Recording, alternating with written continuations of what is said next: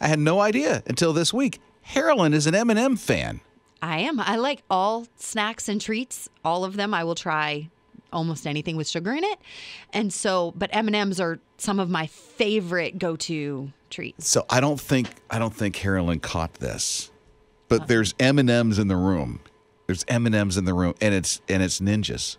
Say what? Yeah. So can I see those, Ninja? Because they look different to me. I'm sorry. Can I have them just for a moment? Okay. I mean, this is one of those Ziploc bag things, that she has. Don't The worry. share size? I'm not. Yeah. Oh, it is. You had that That's whole bag to yourself? Thing, sharing size. It even says it on there. I had no idea. These look different to me.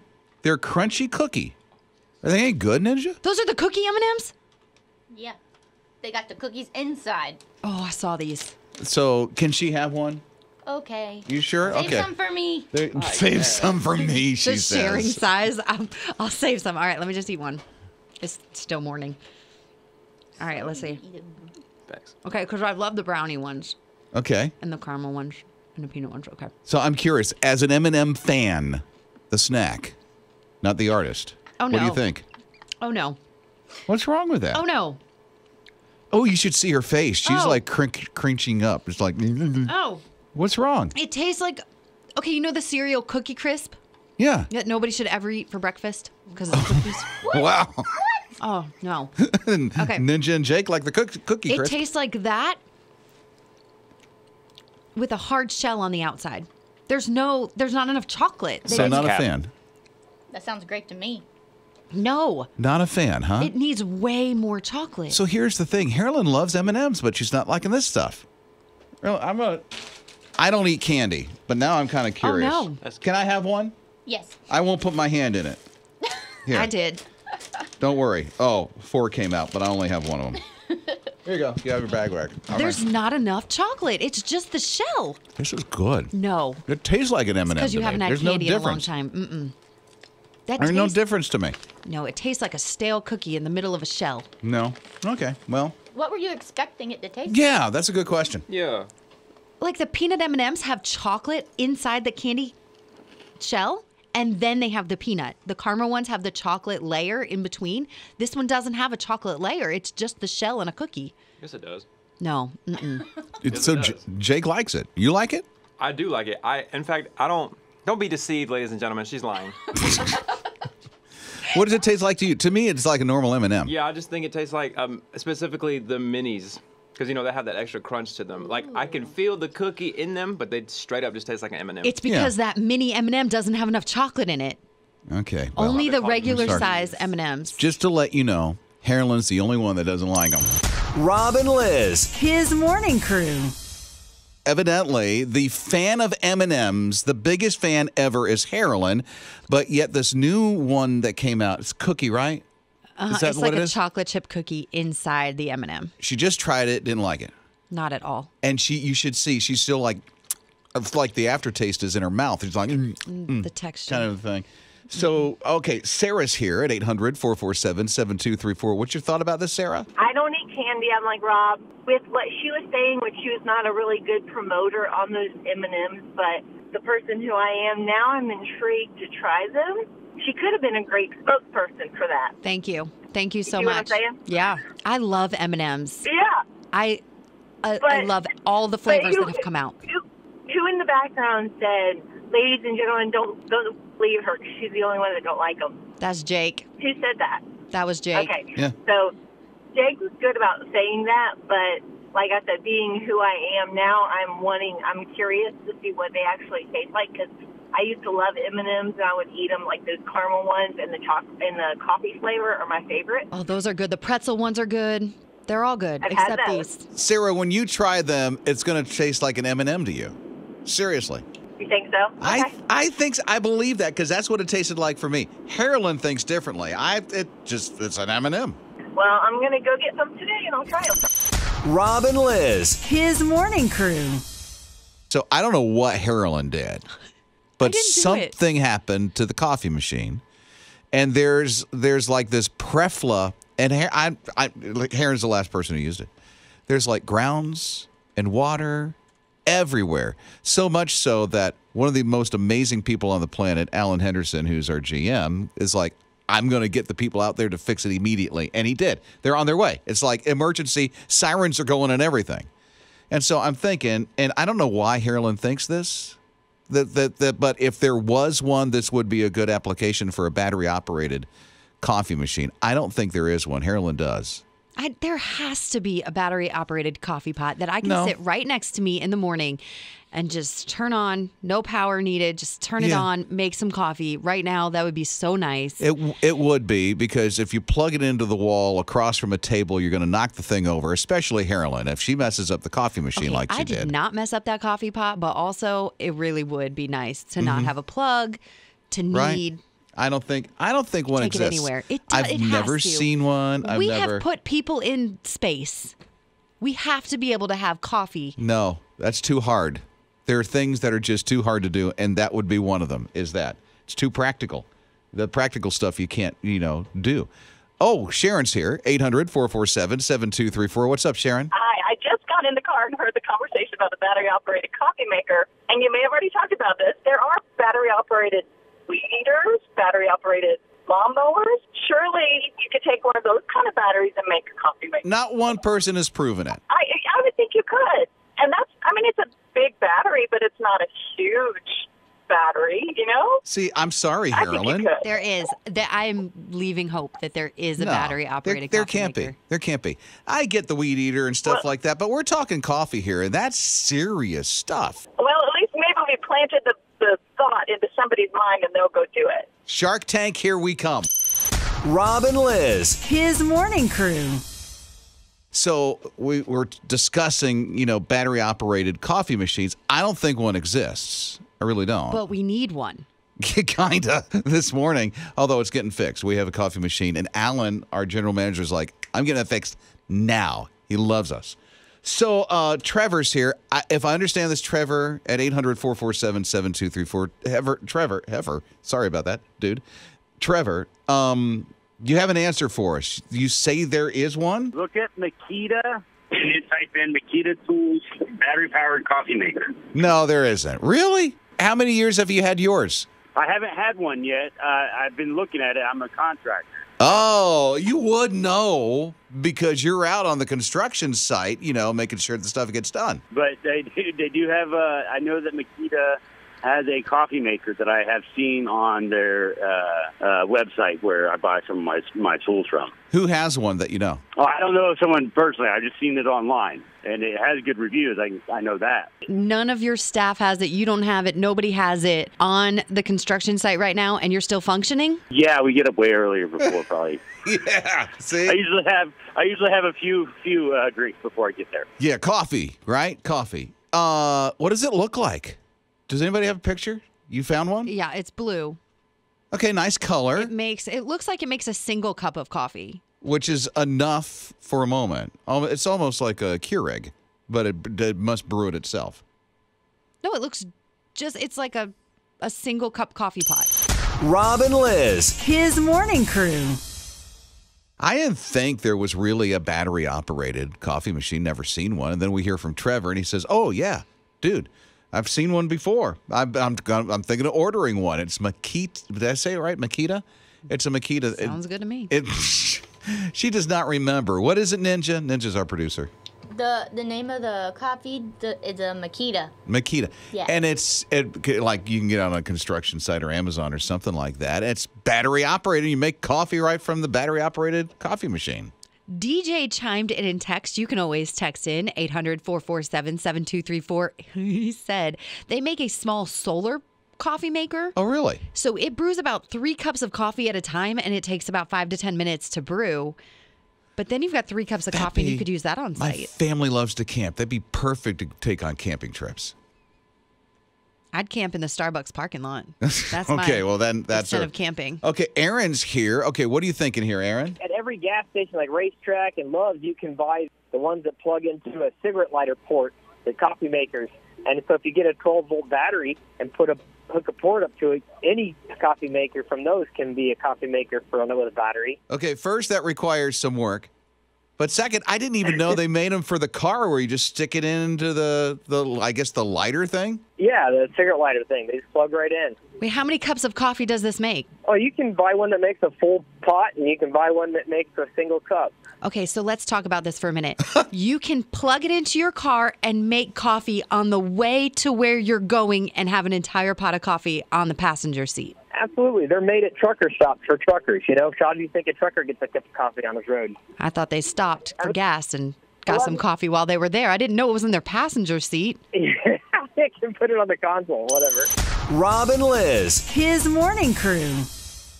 So Sydney is the teacher, middle school or elementary school, and she developed a kindness crew.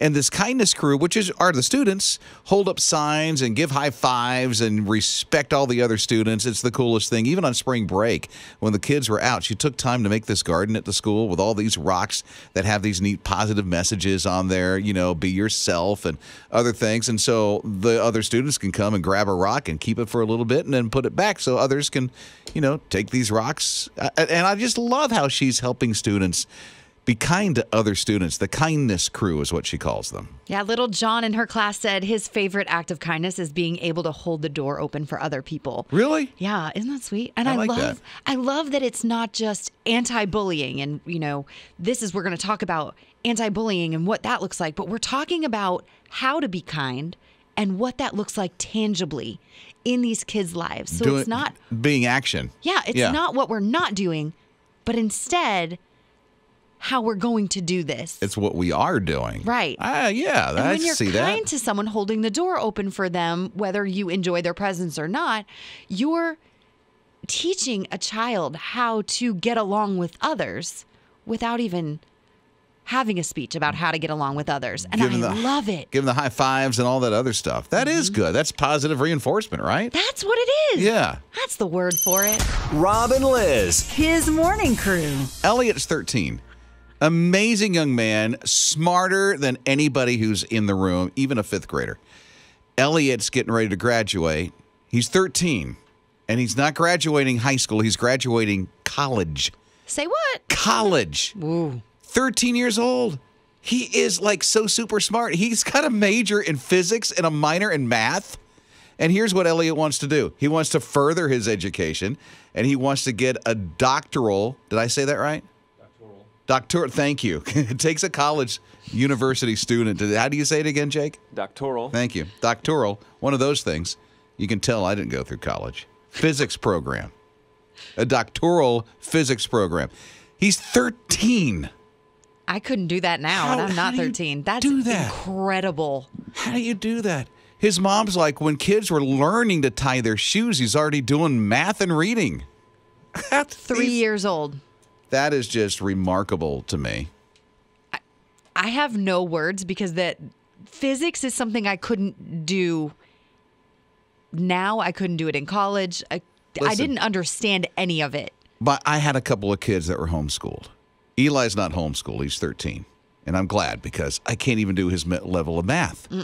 It's just crazy. And to hear how smart he is, I'm just wondering what he's going to be in life, because he already has goals to get a doctoral in physics, whatever it is. Amazing. But I love that he has the passion to make other people love math and physics as well. Oh, that's true. I didn't think about that. Because when I think of the word physics, I immediately back away. I don't even know what it means. Crazy. To be honest with you. And he is like, no, I want to make the world know that physics and math are fun and exciting. Elliot, you rock. Rob and Liz. His morning crew. Yoki and Noah got together. They're college students, tired college students who needed a nap, and worked at a coffee shop. And Noah decided one day he was going to take a nap at work with the Great Dane that happens to be hanging out at work. They work at a coffee shop. Okay, how do you do that? Well, the Great Dane had a really, really big dog bed. And so he curled up with the Great Dane in the dog bed and took a little nippy nap. That must have been a big dog bed. It was. And so Yoki saw it and said, well, that's a great idea. And, you know, you see these great ideas and you're like, I bet this would be $1 million idea. Well, What, sleeping with dogs? No, sleeping in the dog bed. So what they did, little side hustle in college, they created Pluff. It is a human-sized dog bed. Oh, come on, get out. Really? You can just throw it in front of the fire. You throw it in your dorm room. You throw it wherever. And you just take a little cozy nap, a little blanket on top, and you have the fluffiest nap place. You'd so do this, comfortable. wouldn't you? You'd get one of these things. I would do this right Right? now. Rob, I promise you, if there was one in the studio right now, I would be laying down, curled up in a ball. Okay, so Out. say you bought one of these things. I just have to know. Yes. Say you bought one of these things. Where would you keep it? In my living room. All the time?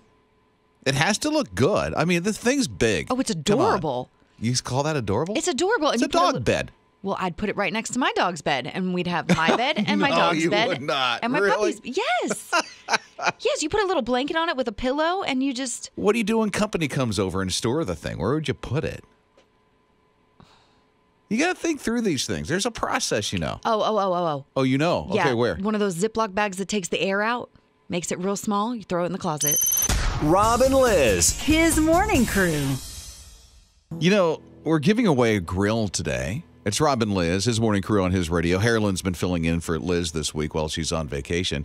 And we're literally a grill that you can grill, you know, hamburgers and stuff on the outside, not for the front of your car. And we're giving away the grill. What? Today. We're doing that today. Yeah. I'm excited. Yeah. So it's the Somebody's His gonna be Radio cooking. block party. We're giving away an entire block party before Memorial Day gets here, and all the way up to Memorial Day every week. Anybody who wants to win the block party has the opportunity to win the grill we're giving away every week. You can sign up. It's so easy to do. You can text the word party, 800-447-7234. Go to hisradio.com. Fill it out real quick. And who knows? You could be having that party. Well, the thing I'm thinking is, if you win the grill today, I don't know if you signed up or not, but if you did, if you won the grill today, what would you make on the grill first? What's the first thing you'd make? Is it hamburgers? Is it hot dogs? Harlan wants to make shish kebabs. What did you say? Yeah. Chicken and vegetables. That's nice. On the little kebab. Mm-hmm. What did you call it? Did I say it wrong? A shish kebab? Yeah. Did I say it wrong? I don't know. I thought that was a thing. Maybe I'm making up words. A kebab. I normally make up a lot of words. I'm really good for that because I do not have, I've been told I don't have a grasp of the English language, and that's okay. I only have a 9th grade education. So you've got the block party, you've got the grill that's being given away, and you can win it. It's just that simple, hisradio.com. Rob and Liz. His morning crew. Dwight's on the line with us at 800-447-7234. What's up, Dwight? Listen, I just was listening, and I heard you say shish kebab, and I heard Harlan say, what was that? I've never, I thought it was just a kebab. You are right. It is a shish kebab. That's what I thought. Yeah, I don't know why they call it a shish kebab, but you are 100% on the money with your 9th grade education. Yeah. That it is not just a kebab. It is a shish kebab. Look at that. See, we just called them kebabs, and I could never figure that out. So I'm glad to know that it has a good name, a real name, and Rob was right. Yes, ma'am. He definitely was. That's the way I've known it all my life is a shish kebab. Rob and Liz. His morning crew. If you could choose between one or the other, let's say your last name, would it be Black or Hansen? Black or Hansen? Hansen. Hansen. Okay. I'm going to ask Ninja. Ninja, who's one of our morning show producers. Ninja, Black or Hansen, if you could choose your last name? Probably Hansen. You both said Hansen. You said Hansen, right? Yes. Okay, Black or Hansen. See, this actually did happen. Here's a couple that got married. One is Black, one is Hansen for the last names. And right before they said the ceremony or the vows, the gentleman who was giving the ceremony flipped a coin for them. And that was going to be their last name. Seriously. That's putting a lot to chance. Seriously. It turned out it was his last name. And so now they're going to go by his last name. But then I'm hearing, you should hear the conversation sometimes. Harlan's talking with Ninja, and they're talking about the changing of the last name because Ninja just recently got married, which means you have to change everything. I had no idea how much work that was. Oh, it goes on, and it's a process, especially for the ladies, because we have to have proof of our last name, our maiden name, what we're changing it to, why we're changing it. So you have to have all these things for your license, and it goes on and on. And if you don't have one of those pieces of paper so they can trail the whole thing, they send you away. So how you coming along with the process, Ninja?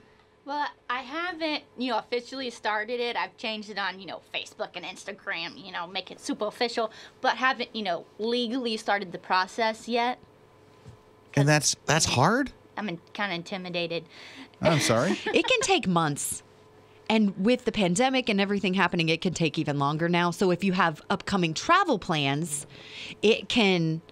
If you don't change your last name, but the new plane ticket's in your new last name, but your license doesn't match, you can't travel. I didn't even think about that. So you have to plan it in those times where it makes sense so that you can travel still. No wonder why they flipped a coin at this one marriage ceremony, because she was like, hey, if I don't have to do all this work, let him do it. Let him do all the work, and he doesn't have to because it went to his last name. Crazy. I never thought of how much work that really is. So much work. And the checking accounts and all that stuff? The checking accounts, if you're buying a house, if you are changing your name at work, your work form with the W-9s and all the insurance. Well, Ninja, how far are you in the process? I haven't started it. Oh.